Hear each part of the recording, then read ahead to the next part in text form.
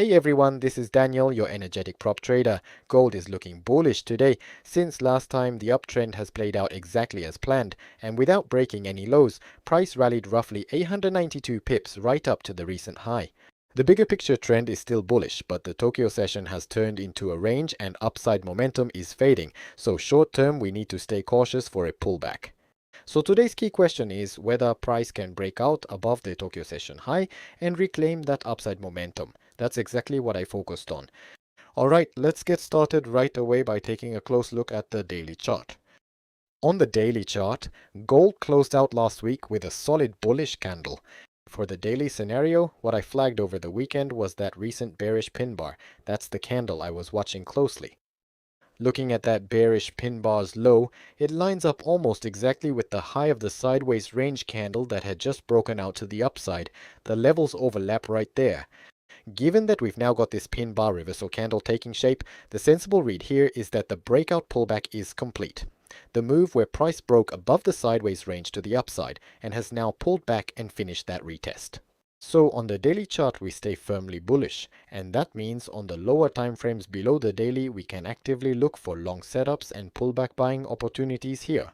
That said, while the bias stays bullish, if the candlesticks keep trading inside the body of this pin bar, then that bearish pin bar starts acting a lot like a doji, and that basically signals the market losing momentum and hesitating right here. So the structure shifts into a sideways range that keeps drifting higher, and for now that makes us hold back and hesitate on any fresh long entries here.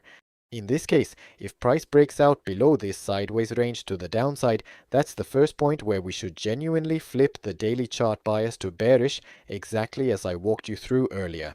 Ultimately, the daily chart printed a bullish candle with clear upside follow-through, so right now there's a high probability this level is being firmly respected by the market as a breakout pullback zone that buyers are defending.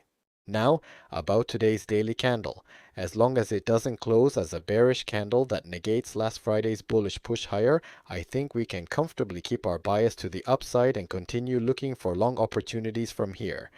That said, when it comes to actually entering longs on the daily, the cleanest approach is to wait for a bearish reversal candle to confirm or to place a stop buy above the highs. So in terms of how you play this, I'd say the right move is to look for your long entries on the intraday time frames, meaning day trade level and below. And if today's daily candle happens to reject last week's rally and closes back inside this pin bar, then the odds of this level acting as a doji line go up again.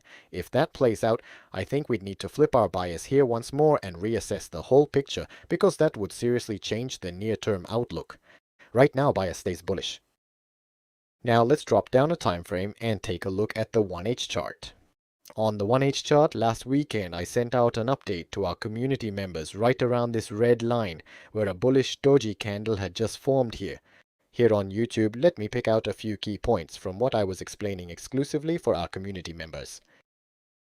At the time of that stream, my read was crystal clear. We're in a strong uptrend, so I'm fully bullish here.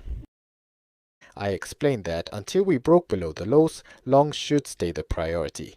As for the process that led me to that call, price action stayed very easy to read. This was a textbook uptrend structure taking shape. First, this bullish reversal candle triggered upside follow-through, and after what looked like a climax candle, we printed a doji here, marking the limit of the upward stretch. We got a slight breakout above the prior high here, and price is now printing a higher high. After that, a sideways range formed, and inside that trading range, we're seeing a breakout pullback play out here.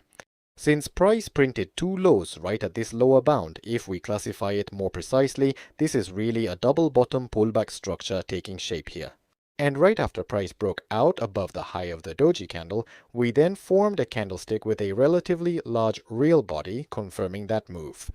So inside our community, I'd already flagged that this uptrend was very likely to keep pushing higher from here. So how did gold actually move after that stream? The uptrend kept running just as expected. Reading the wave structure, the lows are clearly stepping up and the highs keep rising too. The uptrend is unfolding in an ideal shape and still running strong right now. It's rising just as the scenario predicted, from that earlier high all the way up to the current high at broadcast. Just counting this move alone, we've got 892 pips and $89 rally confirmed right here on the chart. So for today's community only breakdown, as I mentioned earlier, we're centering it on this trading range built during the Tokyo session. I'll walk through both bullish and bearish scenarios via 3 points. First point, the uptrend continues but upward momentum is fading. Second point, direction is weak, so watch for a short-term pullback. I break down in detail exactly why this corrective pullback is likely based on the market structure. Third point, stay cautious with new long entries until a strong rally is confirmed. In short, avoid jumping in chasing a bullish follow-through move up here. Skip those trades. Let's look at the live chart more closely. Just when it seemed to break above the Tokyo session range, the follow-through was weak, so we're still stuck in a tight range now. We're still ranging, but the bigger trend is intact, so I'll stick with a bullish bias on gold for now. That wraps up today's gold analysis for you all.